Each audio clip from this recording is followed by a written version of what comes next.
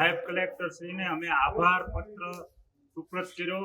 આ આભાર પત્ર એટલા માટે આપ્યો કે અલ્ટ્રાટેક સિમેન્ટ કંપનીને ફાળવેલી 75.94 હેક્ટર જમીન જે સરકારે વન વિભાગની ફાળવી હતી એ પરત લેવાનો એટલે કે દરખાસ્ત એની રદ કરવાનો હુકમ કરતા આ સમાચાર અમે ગુજરાત સમાચાર અને અન્ય અખબારોમાં વાંચતા આજરોજ અમે પેંડા અને ફટાકડા ફોડીને આનું સ્વાગત કરીએ છીએ અને સરકારનો આ બાબતે અમે આભાર માનીએ છીએ। પરંતુ જે અધિકારીઓ દ્વારા આમાં ખોટું કર્યું છે તેની સામે શિક્ષાત્મક પગલાં ભરે એવી અમારી માંગ પણ છે। ભારત માતા કી જય। મારું નામ અનકભાઈ સનાભાઈ સાંકળ, સરપંચ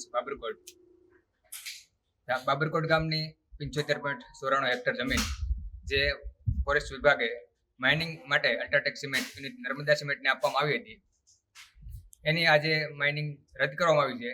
એની ખુશીમાં આજરોજ અમે માનનીય પ્રાંત સાહેબને આભાર વિધિ કરવા માટે આવેલ અને તમામ લોકોએ મોં મીઠા કરેલ એ બદલ સરકારશ્રીનો અમે હૃદયપૂર્વક આભાર વ્યક્ત કરીએ છીએ। અને ભવિષ્યમાં જો ઉપરોક્ત બંધારણીય કલમો અને તેનું અસ્તિત્વ ચોકવાશે અને માનવ જીવન, જાહેર જીવન, પર્યાવરણને નુકસાન થશે તો અમે એના સામે લડવા માટે હંમેશા તત્પર રહીશું। મારું નામ વિપુલ લહેરી।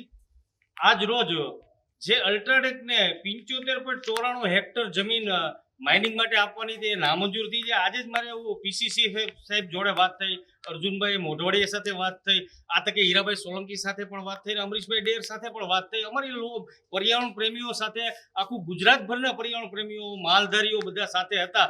અને આજે ખુશીની વાત એ છે આજે અમે લોકો આભાર વિધિ પણ નાયબ પ્રાંત સાહેબને અહીંયા આગળ અમે આપ્યું, આભાર પણ આપ્યું। 2 દિવસ પહેલા આવેદનપત્ર આપ્યું તો આજે અમે આભાર વિધિ પણ માની અને ગળા મોઢા પણ કર્યા।